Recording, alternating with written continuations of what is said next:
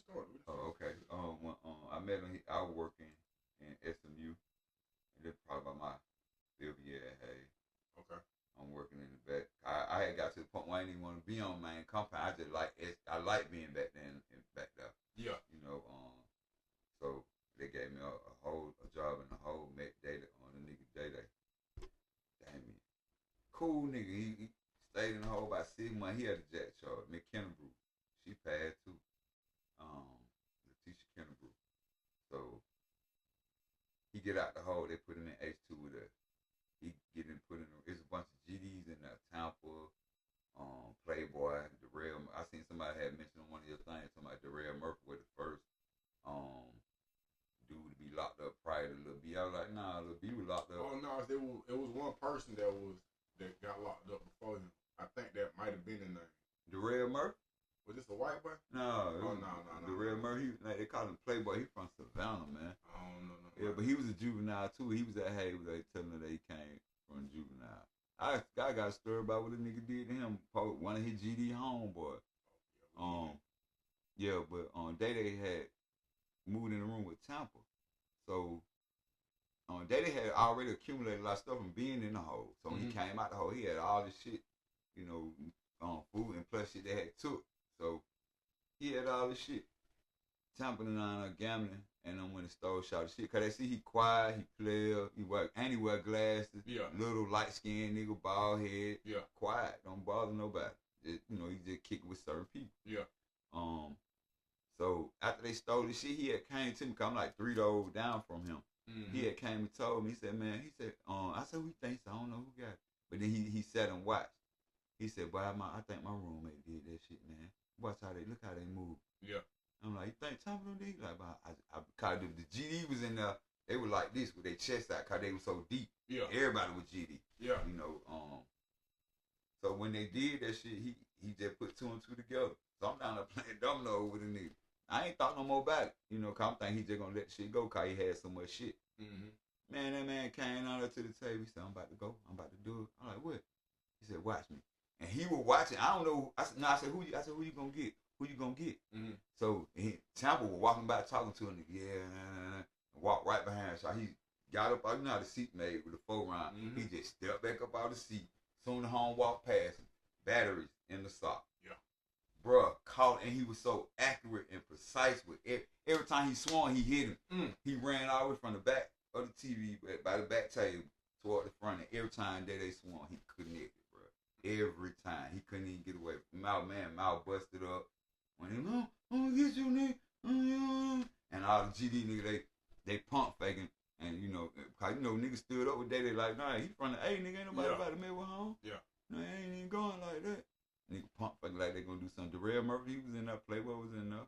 But what happened behind that, they stole the Mexican shit and they throw to me. GD nigga in the room with him. They stole the Mexican shit.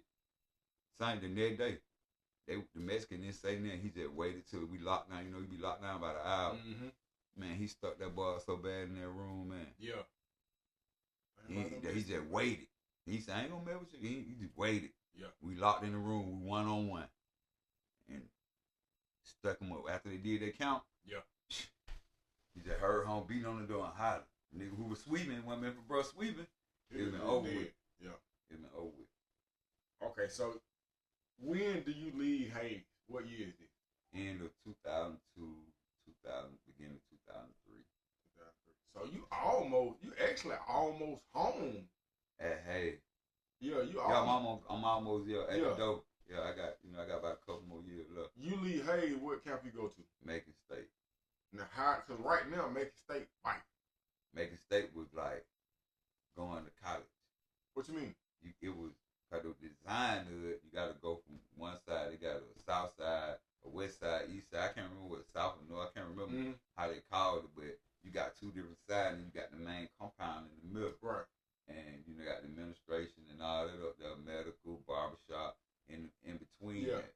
So, and then plus the chow hall, like the real main side of the chow hall is on the other side anyway. So you got to come through a gate during that time. Okay. And you got council all that up and right in the middle. Yeah. So you might have a call out that take you to the middle. You're going to see niggas that come from the other side. And the one one side was really rough. Like, with K-Building and all that shit was there. Yeah. It was real raw then, but the side I was on with D-Building, it was more like they didn't have women work over there. They had D-Building, E-Building, L-Building. They didn't have really females in D-Building. Right. They might let a lady work the booth in E-Building, but one of those ladies over there. Mm-hmm. So that's why I tried to get moved to the other side with it, because they had women work below over there. Yeah. You know, so that's what I did. I got moved. I joined Faith Bay. Got in the Faith Bay dorm. They got to recruit you for Faith Bay. You got to be doing something. I just played the model, you know. Bro, you know the crazy part is, I came home on 6, but before they shut Alto down, bro, I had to make it to the Faith Bay dorm. I was in Faith Bay to make a stay, bro. And then this is the crazy part. That's why I first started keeping a journal. That's how I wrote my first book. So I got a book called Shouting that's actually in libraries and you can buy it on Amazon. But I wrote my first book, bro, because you got a copy around here? Before I leave, bro, I need to check that out. I got a book I want to, y'all need to go out there and check out my girl T-Love book, man. She got a story in the book called Unmute Her. You got to go check it out. It's on Amazon, too. I just took it back in the house. I went and bought some packages to mail them things out with. That was she was calling me about early crying back. I ain't getting no damn thank you card. Bro, the Faith Bay dorm had me, and I was in the room with Lil Man. Shouts out to Lil Man. But Mechanicsville, Lil Man. Lil Man, Wayman Davis. He got good health. Old Pimpin'. I had to send, man. You remember Antonio Freeman? I ain't sound familiar. They called him Stack of Dollars. It was 2 Stack of Dollars in there. One could rap real good and one was a finesse real good. Like I seen this nigga catch counselors and from other camps and they coming to visit him. Oh man. He had a counselor, a white lady from Alto coming to visit him when we was at Hey. Yeah, I would remember him. Stack of Dollars, yeah, that boy he was slick. They was sending them pictures with the cassette tape with them. Yeah, then he got the Polaroid, man, home with he was a fool with him. Bruh. Let me ask you this, because I heard you mention GD earlier. Where do you see any other gangs that got some numbers, or is it just at this particular time? It's just GD that it was. I knew a few real blood, some real big homies in like DeAndre Sweet. Damn, I can't even think of the other nigga name, man. They was like home from Cali, like these real West Coast blood, like they was in there, but they was real limited. Yeah. GD was just this strong. Like that was the first. Beside I Refuse, Down by Law. Mm-hmm. I had never heard of no gangs in the city, bro. And then it just took over downtown. Chateau Boys. Yeah.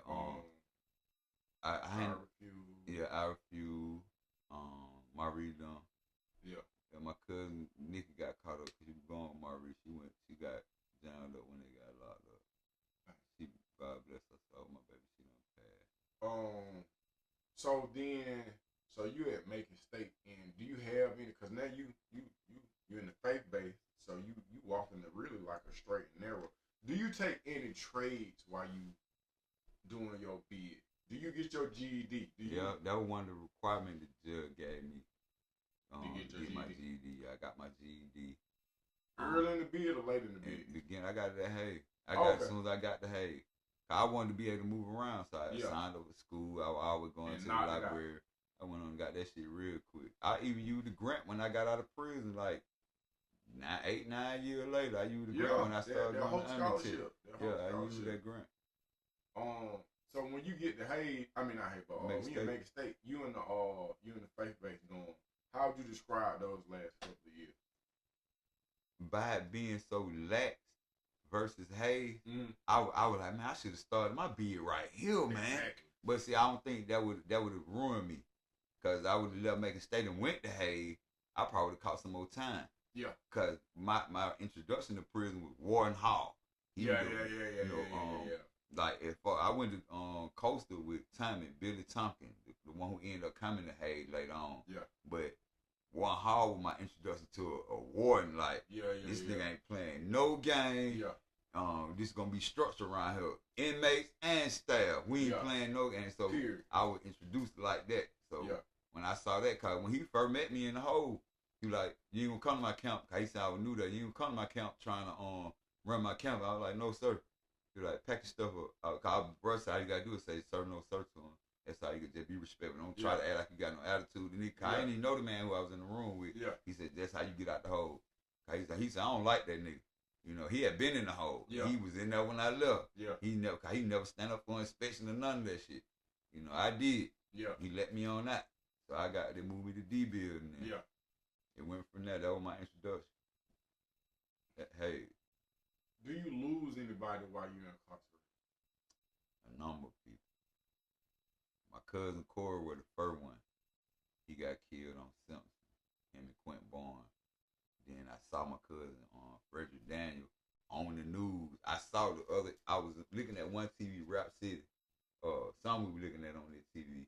And I looked down and I saw a picture that I had done seen before. But I'm like, I haven't seen that, but it went away. I'm like, man, I don't seen that somewhere. Then I go down and they were talking about somebody had got killed at Greenbrier. And I'm like, damn, but it ain't, I'm just like, damn, this is something that happened in Atlanta. So I called home about 2 days later. My grandma like, Fred got killed at Greenbrier Mall. And I was like, what? And then it was the crazy part about that.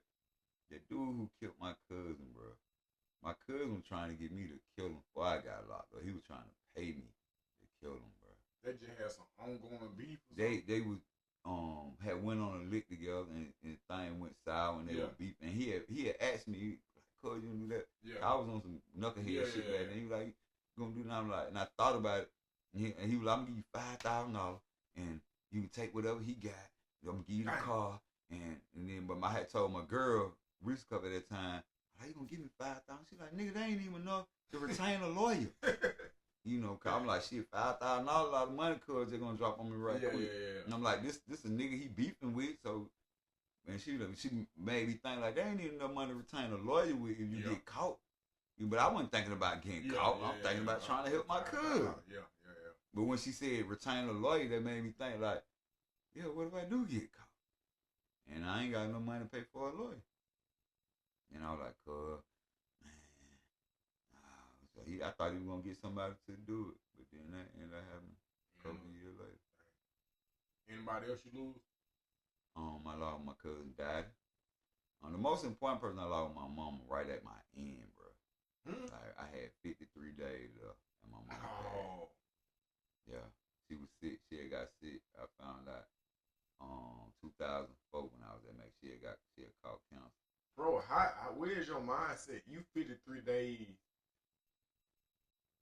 You done did 10 years. Yeah. You done did a decade. And you got 53 days and Mom Duke passed away.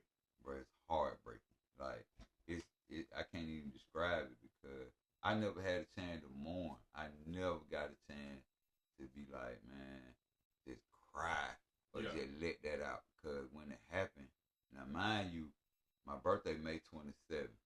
Okay, my grandma's birthday May 25th. So my birthday that time my birthday fell on Saturday. So my grandma's birthday was that Thursday. My mom, I used to go to the council office because my mom was sick. So I ain't have I go to the council office and they'll let me use the phone. So by the time me and my baby mom we playing with each other, we already got a communication going on. So she know my mom's sick. So I go to the council. I did particular Friday, and council called me like, "No, chief counseling, I can't let you." I'm like, "Man, chief counsel been in here plenty time. I use the phone, man." He like, "Man, I can't do it today, man." I'm like, "Come on, council Coleman, man. I'm trying to call check on my mama, man, right quick, man." Cause last time I had talked to her, I was like, "Mom," I said the week that Friday before, I was like, "Mom," I had said something to her. She like, "Did you get that money?" I was like, "Yeah." I said, "You started money, but you done asked me this like 3 times." My grandma got on the phone. She like, the counselor got on her brain now, and she can't she ain't remembering that she asking me the same thing over. But I didn't even know what counsel was, bro. Now that's another thing. I didn't even know what counsel was. Cause my sister told it to me like so nonchalantly. Cause my mom was having a problem with her back. That's how it started, and they said they're gonna do a biopsy, and I didn't know what that was at the time. So my grandmama told me what they were gonna do a biopsy because she was taking her to the doctor because my mama couldn't even walk. She couldn't even go up the steps in the house. So my dad had bought a bed just for her to have downstairs because she couldn't go up and down the stairs. And plus we had a bathroom downstairs. So when she got to that point, my grandmama took her to the hospital. They ran the biopsy, and then when I called home, like a week later, my sister said, "Mama got cancer." So the way she said it was like, you didn't have no sense. Yeah, like some shit. Like, okay, we're gonna get this straightened out. Yeah. So then I talked to my grandmama. She like, yeah, she get ready to start her chemo, and stuff like that. So I'm thinking, okay, I'm about to come home. I got less than 2 months now. So that Friday he ain't let me call home. That I was like, man, fuck you, I ain't even come to your class, nigga, none of that shit. I was in this class. Yeah. I ain't cussing, I was just like, I ain't, so I left, go back to the dorm. I'm getting ready to celebrate my birthday. Yeah. Smoking weed, kicking with my partner. Cause with like 3 niggas in there, that nigga named Warren Gaston, Levi Hynett, Eugene, Black Cat Ass, and Nair Davis. 4 niggas. Eugene did and Nair Davis did. Went back in the dorm, kicking with them. Gat didn't smoke. He went on nigga. He was a nigga I was in there studying, reading Warren Gaston. I always studying some shit, taxes, everything, bro. He doing his thing now. He another story. Smart, bro. Yeah. In the room kicking with them niggas this Saturday. That day, come Sunday, we doing the same thing. Just kicking. Cause the weekend, you know how lax it is. Yeah. I'm go to the booth. Mirage in the third shit done came in. Mirage bad, new girl. I'm in the booth kicking shit. I already got my baby mama, but I don't know if she stay down here or my baby mama stay in the mirror. So I'm kicking shit too. I'm popping all kind of shit at the window. She laugh, telling her to turn around, doing little shit. I go in the room, go smoke some more with my partner on the car. They in the room beating on the deck. I hear the beating. That would make me go back. Go ahead for the rap. So going there fucking with them. That thing on my door, click, click, click, click, click, click, click. So I come out, look at. So she pointing at the door. I see LT in the door. So I'm like, I know that bitch ain't put the police on me, man. I was up here talking reckless, bro. Yeah. I'm high. My birthday just went by. Nigga, I'm 2 months short. So I'm like, this bitch like put me in the hole. So I go there. LT, I go on Saddleport with him. He like, hey, he say, your people just called. And I said, man, don't tell me my mama dead, man. He said, I take it your mama already been sick, man. LT was like, he was cool dude, like on Lieutenant Black Shield. He like, man, he said, bro, he said, go put your clothes on, I'm gonna take your place, let you the phone, man. I said, please, LT don't. He said, man, go on and get dressed, man. I was like, God, bro. And I went in the room and them niggas like, I said, bro, my mom just died, bro. Yeah. Them niggas like, and I couldn't even cry, my nigga. Yeah. I like, these niggas went to hugging on me. I was just so sick, bro. Yeah. I couldn't. It was a wave coming out of me. I couldn't even focus. It like everything was going at 1,000,000 miles a second, man. Yeah. I couldn't even. My vision would come. It was crazy, bro. It was. And they trying to talk. I'm like, damn, Shawty, you gonna be? I'm in there trying to put my boots and shit on. I'm like, man, bro, man. He ain't even worried about me checking my shit in, bro. Going out, we walked on up to security, man. He let me call my grandma, man. I called my grandma, she like, I'm crying. My cousin Tracy, she on the phone. Then my grandma like, well, we got some good news. I was like, what? She said, your sister pregnant. I was like, I got good news. She was 16. So I'm like, man. That hurt me too, but I was sick for some days, and one hall called me, and I think that Tuesday, Monday or Tuesday, he had heard, and he knew me, so he was like, anything you want to get in? And I'm like, nah, one hall, just let me keep my detail, cause he said, I'll put the paperwork in for you to get an early release, man. He said, but by the time it go through, he said, you'll be the maxed out. He said, so anything you want to get in, special package, I was like, nah, man, just let me keep my detail, I'm ready to go. I had shoes and all that shit, so I went in. My baby mama had just bought me some I had got them in. And then I left them to a nigga, she got mad. I'm like, I want to pour that shit. Yeah. They were brand new, some shocks. They were them shocks. First came out, had some white one, trimmed in black. Everybody, it was another nigga had got some black ones in, but they wouldn't really let him wear them because it didn't match. Yep. They like, you ain't got no white shoes. He gonna really wear them in the dorm. So I said, I want them. And she heard when I said it. She went and bought them. She said, I got them shoes. She said, see how you can get them in. Yeah. So I had some Reebok. I said, I want to turn these Reeboks in. I got a nigga who worked in the barber shop. He was able to get them in. I let him keep the Reebok. Mm-hmm. And he kept the old shoe. He turned in his old shoe, and he got the old Reeboks I had, and he got the shoes in for me. When you finally make it home, Grandma still alive. Yeah, she was still alive. Well, when you go home, where y'all living at now? My grandma was living in Shamrock. Now, this is crazy. Shamrock. She was living in Shamrock. Gone. She moved from the Bluff. Cause she said she didn't want me to come back to the west side because with all the stuff I was doing prior to me going to prison. Because she had told me before I got locked up, bro, she said, there's no way. I mean, once I was in Rice Street, we was on the phone. She was like, there's no way you were going to be able to go back up on that block thinking you was just hanging. She said, somebody was going to pull up and shoot you down like a dog. I was robbing everybody around there. Yeah, I was doing so much stuff, bro. It was crazy, man. Yeah. So, when I came home, she was in Shamrock, but she had just had a heart attack. My mama had just passed. She had a heart attack maybe 2 weeks after my mama passed. Mm-hmm. Then she went in the hospital to have triple bypass heart surgery. The day I came home, she was at Emory getting ready to go in surgery. So now mind you, my baby mama, I ain't had no baby by then, but she on the way trying to get me. Then I caught a free world charge at Hayes. That's some shit happened when I was dealing with that nurse when I was telling about job. It got me messed up. Yeah. Cause he came with her trying. She brought some weed for both of us. Yeah. Job was messing with her too. I'm messing with her too. She cool, the white lady. She just her husband in a wheelchair. She ain't getting in that home. Yeah. So and she told me all this. You know, so she don't mind. She love black men. Yeah. So she brought both. Cause she asked me, you smoke doobies? I'm like, yeah. She said, want me to bring you some? I'm like, yeah, please. He brought me a bag of weed. Jarvis came up there. The police brought him, so he wasn't able to get it from her. Yeah. So he got mad and said some people bam me up coming out of there, bro. I got jammed up coming out of there with the weed. And I was going to give him a bag. Yeah. Because she told me with this little one for Jarvis, I was going to give it to him. I got jammed up coming out. Cause he was so anxious. When he came with there like something was going on. Yeah. The young police was already on some trying to be the extra police. Mm-hmm. He peeping how you moving, man. He see how anxious you is. It's something going on up here. Yeah. You want to be up here. You got up here. You really ain't even have no reason to be up in medical. Mm-hmm. And you see me up here. I'm in the window. Cause what she would do, I come in there. Cause she gave me a card to get my blood pressure checked. So I might come in that motherfucker. She'll hook me up to the blood pressure machine. We'll be around the corner. And she'll pull her tit out, make me suck her tit. I'm hooked up to the machine. It's gonna go off. Beep, oh, your blood pressure too high. You gotta stay up here. She would do shit like that. Yeah. Cause the other nurses oh, you gotta keep some, give him something to drink. They'll put me in one of the rooms. So I go in the room. She was smart. White lady was super smart. Yeah. So I go in the room. We do our thing. He came in night and saw me up there, and I seen it in favor. Cause Goat was back down there too on main compound with her. Okay. Cause they was in the same dorm. They was in E building, and then no women come to E building. That's why he was so anxious to get up there in medical too. Cause Jarvis was a real mad jack.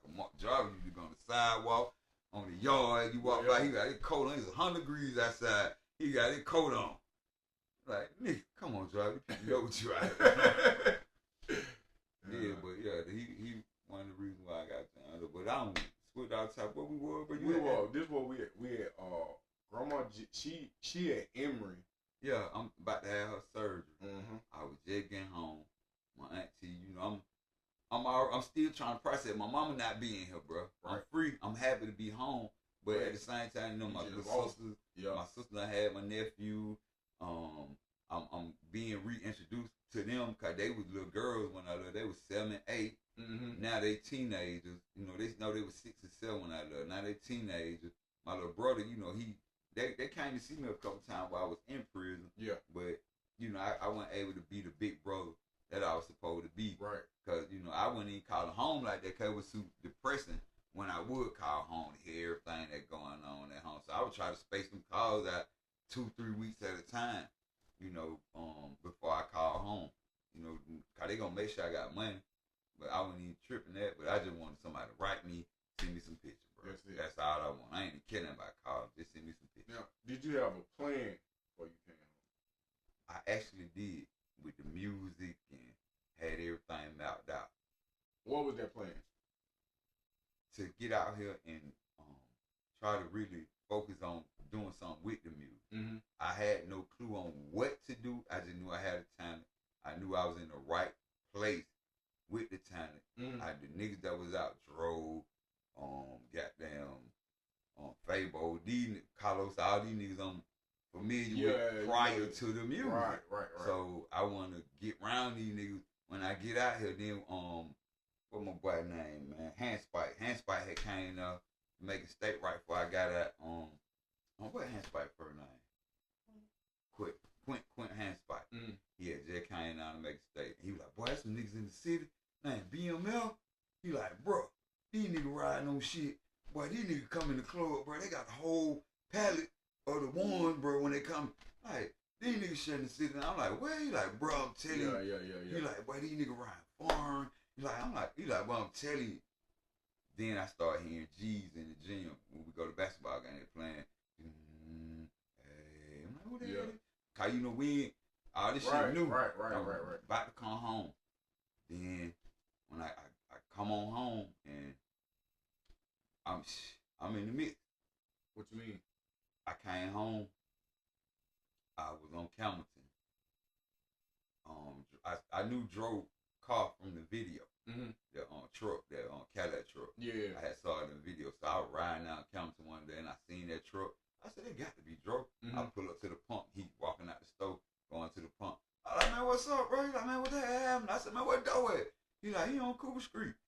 I said, call him. He called Doe, gave me the phone. I said, bro, what's up, man? He like, who this is? I like, that Ruger, man. He like, where you at? I said, I'm on Camilton. He like, man, come on Cooper Street, man. Get over here. Come over here right now. And boom, that how I got injected into fucking with the music. Yeah. But at this time, I'm thinking, you know, I'm helping bro with his shit. You know, I'm just beginning with the production because I had been dealing with the production when I was in America. When I first got out, I moved to America. Mm-hmm. I didn't move directly back to Atlanta. Wow. I was dealing with my baby. I had told her I was moving. My mama had just died. I didn't want to be up here because of the reputation that I had done left up here. I was trying to be a chain person. Yeah. Different shit. You know, I ain't hustling. I'm down here on some square shit with her. But she mean as hell. She's still on some, like, I'm still locked up. You know, I don't know nobody out here in the country. I walk around, you got a problem with that. I don't know nobody. I'm just happy to be out. Yeah. You know, I'm not down here messing with nobody. Yeah. Had your child been born at this time? No, she was pregnant then. Okay. You know, and I had never been around a girl that was pregnant, so I didn't understand the emotional shit at the time. So, I was agreeing to it. But, in the city, it was more like, with the music, with Doe, we would go out always a club, bro. Every Thursday, Friday, Saturday, bro. We somewhere. So during this time, bro, you know, they eating. I'm just coming home. My funds is limited. Yeah. So you can't. Everywhere we go, like these niggas, A1, Louis Vuitton, Gucci. Yeah. You know me, I'm able to do some ones and white shit. Yeah, some shit like that. These niggas got the belt. $500 belt on, then that when the niggas started buying the jewelry. Yeah, man. So I'm like, man, so during that time, I had my homeboy messing with the check shit. So he turned me on how to. Just like that, you back into the mix. So I started messing with that shit. So I started buying me some pieces, and we started going out, you know, make sure. I'm trying to keep up with these niggas, but these niggas really got money. I got little scamming, little tricking money. Yeah. These niggas really got money, bro. So, you know, I'm trying to, but then this shit became expensive. I be doing this shit every week, and I couldn't. I'm like, shit. And I wasn't gaining nothing out doing this shit. Yeah. I'm around because of love, and I believe in the movement and everything that's going on. It ain't got nothing to do with I'm expecting it. I know what's going to happen because these my people. Yeah. So, you know, nothing really came out. Everybody else did their thing. I just learned the lesson, you know, from being loyal. You know, I learned the real lesson, making beats for niggas, didn't get no money. All type of shit, bro. Like I learned a real lesson. You know, being loyal. I burnt relationships and being the opportunity from trying to be loyal to something that